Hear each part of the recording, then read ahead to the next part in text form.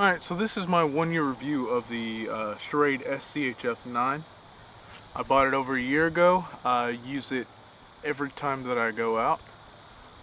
And I put some bruises on it and put it through its paces. So we're going to do a 1-year review and I'll let you know exactly what I think. Let's go ahead and get started. So we'll start with what I dislike the most. That would be this sheath. This is a terrible sheath. The only thing that I like about it is this little pocket here, which is actually detachable with these Velcro straps. Excuse me. It's actually detachable. You can see here I got a diamond rod on it, and on the inside I have a flat diamond. This is actually for Mora, just to touch up every once in a while. This one is for the diamond rod. Because it's circular, I can use this circle on it. It'll sharpen the inside of the curves of the blade a little bit better. So I've got 2 sharpeners in here, which is kind of overkill, but it's fine. And a little whistle here. And so, like I said, the only good thing about this sheath is this pouch. Everything else is, I mean, you get what you pay for with the sheath. It's like there's like a plastic liner here that's gets tapped in with a rivet here, and it holds the knife, and that's about it. Oh, wrong way. Got the little clip here. And a lot of Schrade knives have the exact same sheath, but I'm assuming the plastic liner is different because the handles aren't all the same. So, and this is the Velcro strap for the belt. Got a little carabiner on there right now just because I never carry this on my side anymore because I'm just tired of it weighing me down, really. And that's the next part that we'll get to, is the weight of the actual knife. And enough about the terrible sheath. We'll get to the weight of this knife. It is a behemoth. This thing is huge, heavy, and I can't say mint because I don't know who designed it or the reason that they designed it, but it feels like if I had designed this thing had been meant for chopping and batoning and processing large diameter wood. That's what this thing is best at. So that's mainly what I use it for, taking lots of material off wood at once. So I'll put a link in the description if you want to see me batoning and chopping with it. You can click somewhere on the bottom, it'll be there. And I'll just go over the blade a little bit, or some of the features of it. It has the handle's this crate material, it's like rubber. I really like the handle. The handle's probably one of my favorite aspects of this knife. I've got really big hands, so I need a decent sized handle. You can see here how wide that handle is, and I really like that. I wouldn't mind to have this handle on a lot of other knives. So that's my favorite aspect of it. I don't really use, this is just, honestly, I just put it on there. I found it and threw it on the knife. I don't really use it. It's not really big enough to really use very well. But the spine, the factory spine on this, it's not 90 degrees. It doesn't have a sharp angle on it, so you can't really throw sparks off of it. So what I did was I got a file and filed it down myself, and it's still not as nice as I like to be. If I had a grinder, a grinding wheel, I'd hit it with that, but I don't, so I've been just using a file. So it doesn't throw sparks very well. It can right here on the little finger choil, and so you can throw sparks from here. It's still not even 90 degrees there either. So 1095 high carbon steel, I mean, you can check out, like I said, you can check out the other video for all the specs of this knife. And of course, I mean, it's going to be obvious this thing isn't going to be great at fine detail work. It does notches okay, you know.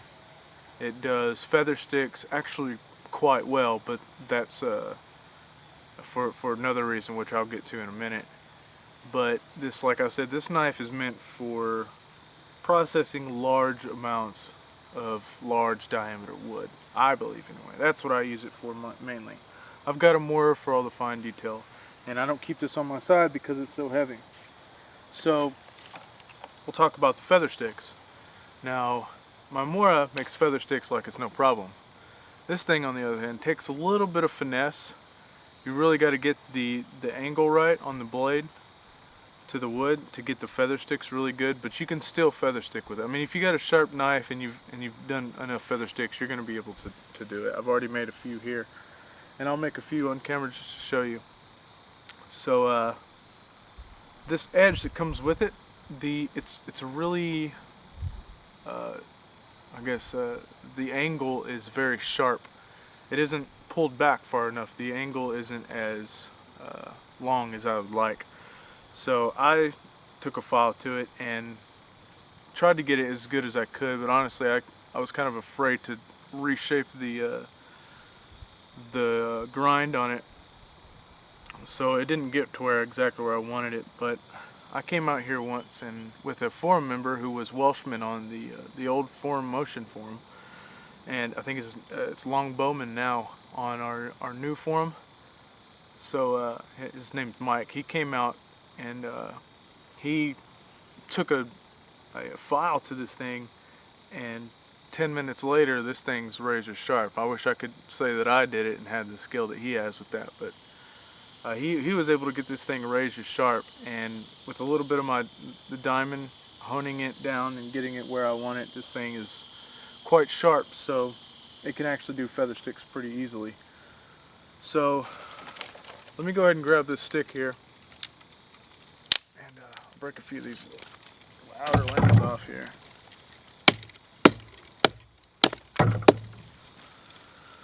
So let's see if we can do what this thing's best at and chop through this thing in one hit. Kind of at an awkward angle here the way I'm sitting, so nope. Made it actually just about 3/4 of the way.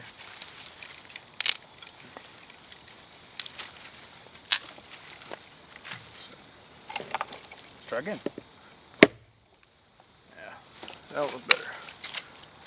So let's show this thing, knock off these little nipples here. It's pretty good. Let's do a little bit of feather sticking with it. Get better camera here. So this is where the finger choil comes into play. And when I make feather sticks, I don't just go down, especially with this knife. I kind of go at an angle, and this hump here on this knife, the way that it's profiled, it kind of digs in when you get to right here. So you kind of have to not really adjust your angle, but adjust the pressure while you're doing the feather sticks. But I'm going to start off real high.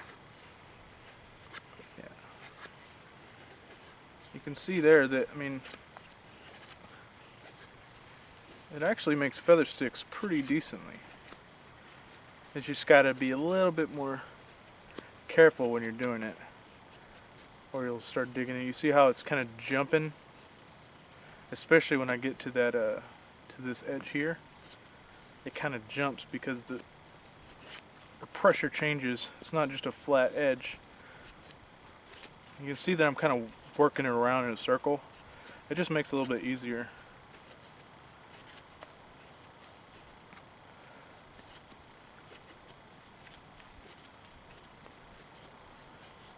So that's not bad. This thing can make feather sticks pretty decently. as long as you know what you're doing. But it takes a little bit more effort than a Mora would. So all in all, for 40 bucks, this knife is definitely a great beginner's knife. It's really heavy. The sheath is terrible. The edge is subpar. You can fix that. I mean, those are easy fix. Can't fix how much it weighs. You can make a new sheath for it. And with a little bit of effort and a little bit of practice, you can get this to do feather sticks quite easily. The edge on it is also subpar.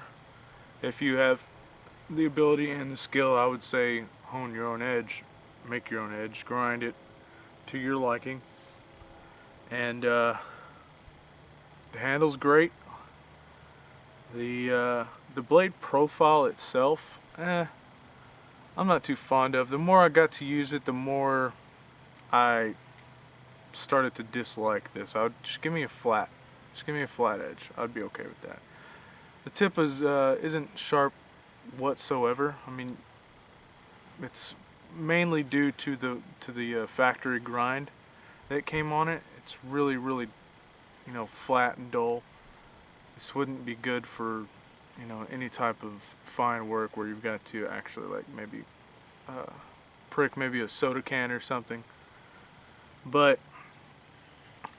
40 bucks, I'd spend it on this, and I did. I would suggest this knife to a beginner. You know, after this knife, I mean, you can only go up. Or I would assume that you would only go up. But I use this thing quite a bit. I used it a lot. It's just about in retirement mode. I'm looking into some new knives. I don't really have the ability to go out and spend, you know, tons of money on knives. So I got to get what I can. So I've been saving up a little bit and looking into some new knives. So this thing's just about ready to sit in my bug out bag or my haversack or something, just to get out of the way. So I would suggest this knife to anybody, as long as they don't mind carrying, you know, a pound of, you know, steel on their side.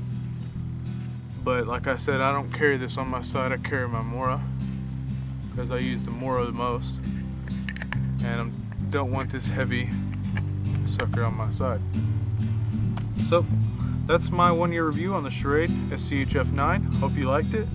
Go ahead and leave a comment. See if you have one. If you have a Schrade knife, specifically the SCHF9, let me know in the comments and tell me what you think and how long you've had it, and whether or not you'd buy it again. So that's it. I'm Jesse with Texas Bushcraft. Hope you enjoyed the video. Thanks for watching.